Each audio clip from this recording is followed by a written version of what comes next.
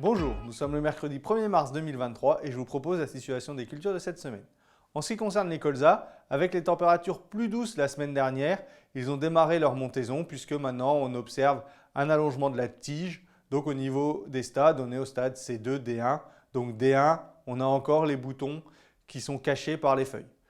Et on observe sur les variétés très précoces, donc les ES Alicia notamment, quelques pieds au stade D2, donc là c'est-à-dire qu'on voit le bouton floral.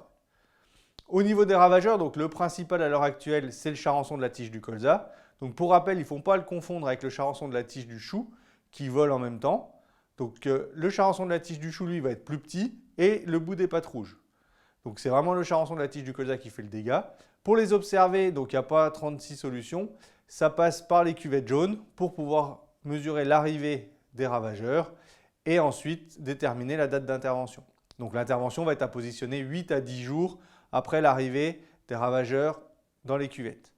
Donc cette semaine dans le réseau BSV, on a à peu près un quart des parcelles où on observe des vols. Donc pour l'instant, on est sur une pression qui est relativement faible, notamment due aux conditions climatiques froides et venteuses qu'on a là depuis le début de la semaine. Donc pour le moment, il n'y a pas d'urgence, même pour les parcelles où on a déjà quelques vols. Une intervention cette semaine sera souvent inutile ou pas suffisamment efficace. Il faudra plutôt attendre que les conditions redeviennent plus douces, puisque là, on aura vraiment un pic de vol. Et là, ce sera le bon moment pour intervenir.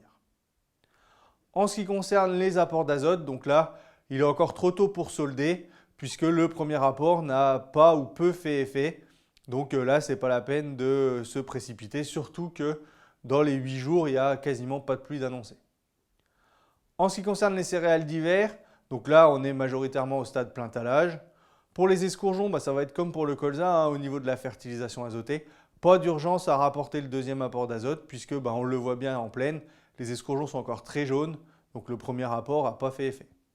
En ce qui concerne les blés, là pour le premier apport, il n'y a pas d'urgence, notamment pour les premiers semis qui sont très denses. Les conditions actuelles peuvent même être favorables puisqu'on peut avoir un peu de régression de talle, ce qui évitera des problèmes dans la suite du cycle. Pour les orges de printemps, on observe les premières levées des orges de printemps qui ont été semées il y a une quinzaine de jours. Donc là, rien de particulier. Pareil, au redoux, il faudra surveiller les pucerons, puisqu'on peut avoir des fois quelques pucerons sur orge de printemps, mais pour le moment, les conditions ne sont pas favorables au vol.